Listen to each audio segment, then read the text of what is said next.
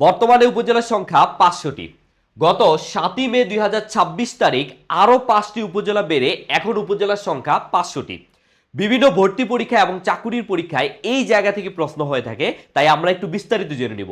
প্রথমে যদি দেখি, নতুন উপজেলাগুলো হচ্ছে বগুড়ার শিবগঞ্জ উপজেলাকে ভাগ করে মোকামতলা, কক্সবাজারের চকরিয়া উপজেলাকে ভাগ করে মাতামুহুরী, ঠাকুরগাঁয়ের সদর উপজেলাকে ভাগ করে রুহিয়া এবং ভুল্লি দুইটা উপজেলা, এবং লক্ষ্মীপুরের সদর উপজেলাকে ভাগ করে চন্দ্রগঞ্জ উপজেলা। টোটাল 5টি নতুন উপজেলা গঠন করা হয় আগের 4টি উপজেলা থেকে।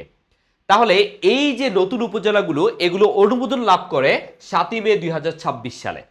এছাড়াও আমাদের আরো কিছু তথ্য জানতে হবে।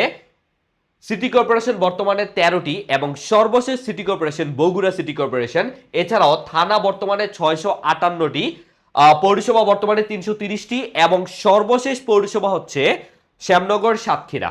এছাড়াও ইউনিয়নের সংখ্যা বর্তমানে 4573টি। আমরা জানি বিভিন্ন ভর্তি পরীক্ষা এবং চাকরির পরীক্ষায় বাংলাদেশের প্রশাসনিক ইউনিট থেকে এই ধরনের প্রশ্নগুলো আসে, এবং বর্তমানে সবচেয়ে গুরুত্বপূর্ণ বর্তমানে উপজেলার সংখ্যা এবং সিটি কর্পোরেশনের সংখ্যা। তাই অবশ্যই পরীক্ষা বা চাকরির পরীক্ষার আগে এই প্রশ্নগুলো একবার দেখে যাবেন, ইনশাল্লাহ ভালো কিছু হবে। এছাড়াও আমাদের ঢাকা সেন্ট্রাল ইউনিভার্সিটি অথবা সেকেন্ড টাইমের কোর্সে ভর্তি হতে এখনই কমেন্টে দেওয়া লিঙ্কে প্রবেশ করুন এবং এনরোল করে ফেলুন।